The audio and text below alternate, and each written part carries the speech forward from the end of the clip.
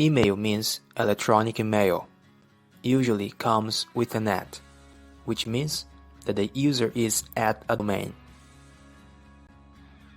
This term and the email itself were invented by Ray Tomlinson, a Newark programmer in 1971.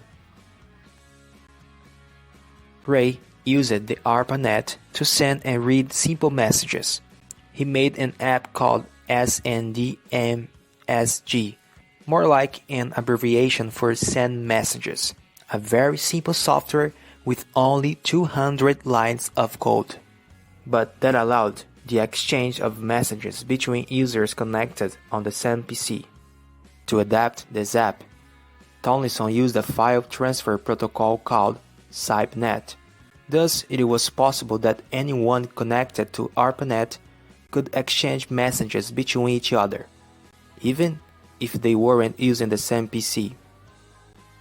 And, likewise, he decided to adopt the @ to identify who and where the messages came from.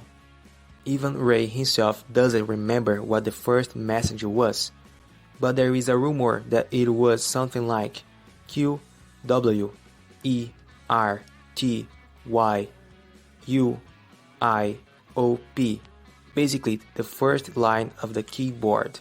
At the beginning, the email's main function was exchange simple messages between the ARPANET users, like the SMS nowadays. Later, the email was seen as a commercial opportunity. In 1978, Gary Tucker sent to 600 people from ARPANET a message trying to sell the DEC System 20, a brand new computer back then. This was the first spam, and the reaction was the same as we have nowadays. Not good, but today they can filter the spams easily. But the best thing that the email brought us was that now we can chat with other person across the world, or with a relative that lives far away from you, and also meet new people. It was in the mid-90s that the first hosting service began to emerge.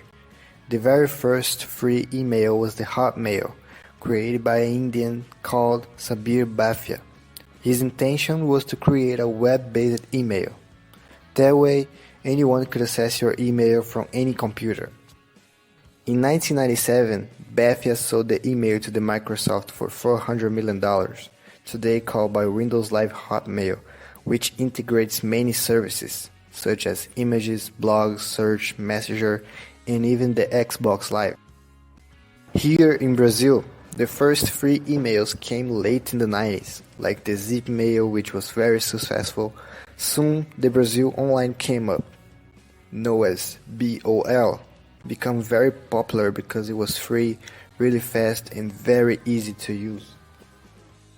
As the users began to realize that the email was an easier way to send homeworks, transfer files, and send pictures, the 1 megabyte started to be a problem.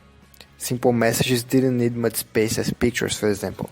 The users felt required to delete your own messages frequently. Then the Gmail came, first called by Gmail and then become the Google Mail. The service offered about 1 gigabyte, which was very high compared to the competitors on the time, and affect most of them, forcing them to do the same thing. Nowadays, the most part of the email services offers at least 1 gigabyte storage.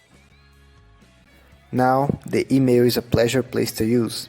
Sending documents and photos has become more practical by simply putting it all together in one file and attaching to messages.